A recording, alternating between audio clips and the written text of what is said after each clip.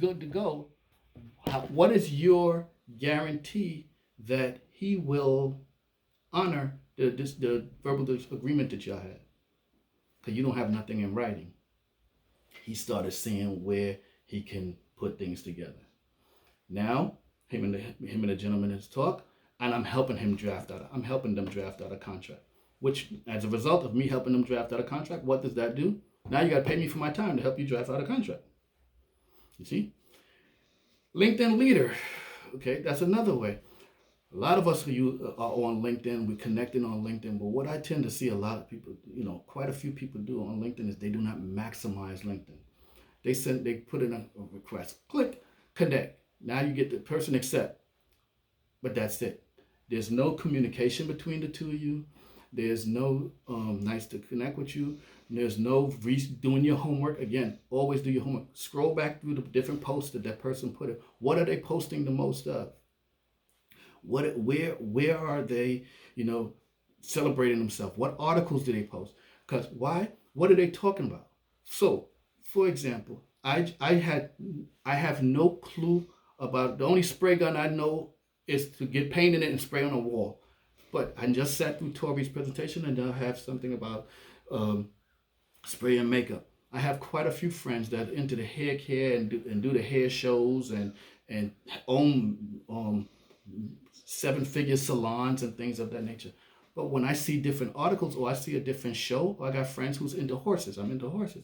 I see an article, I'll shoot it to them. Hey, I just was thinking about you. I saw this. Maybe you can read it and you can get something from it. Do I need to understand it? Not at all. Do I need to understand airbrushing makeup? Not at all. But if I can read an article and I can forward that article to Dr. Robin, hey, remember when Tori was telling you never clog? Here's an article that talks specifically to that. Bam.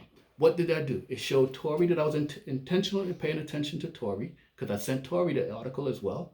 I sent Dr. Robin, the article saying, hey, remember, so she saw I was intentional in addressing her need for information.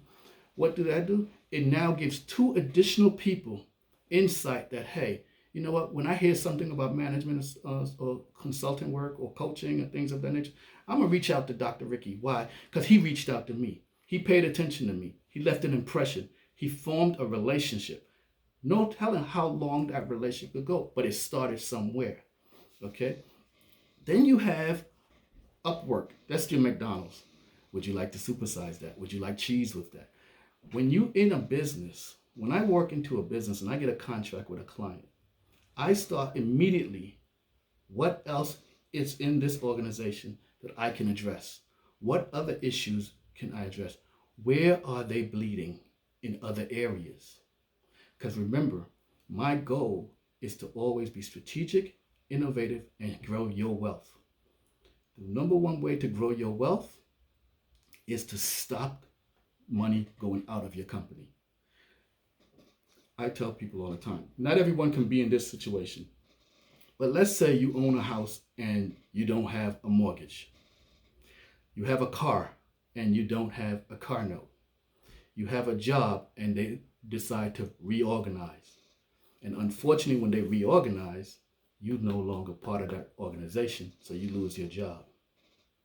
How good would you feel and how much less stress would you have if you realize, I don't have a mortgage, I don't have a car note, and I don't have an income? But those are your 2 biggest bills tend to be, okay? So if you don't have a mortgage, you don't have a car note, and you don't have an income, now you feel, instead of having to spend out roughly $3,000-4,000 a month, depending on what kind of house you was living in, now you have to spend out maybe $100 a month on an electric bill. And if you decide you still want to keep your cell phone, because most people don't have a home phone anymore, your cell phone bill. So you're spending $100 to $200 a month. How much better would you feel? Okay?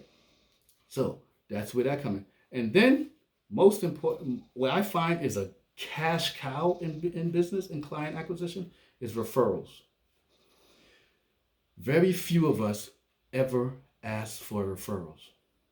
If you don't ask for referrals of your clients, only roughly 15% of them will refer you to other people. But if you do something wrong, roughly 90% of them will talk about what you did wrong. But when you do right, because understand, people's mindset is, I paid you, so I expect you to do right. Okay? Employers do the same thing. I pay you. You get a paycheck, so that is your thank you.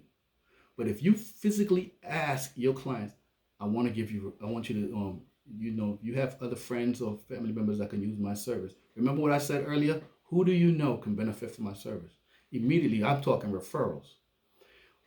If you don't have a referral program, I have referral programs for all of my companies. For my canine company, because I also have a company where I train canine and train canine dogs. If you refer 10 people to me in a 12-month period, you get a 1 week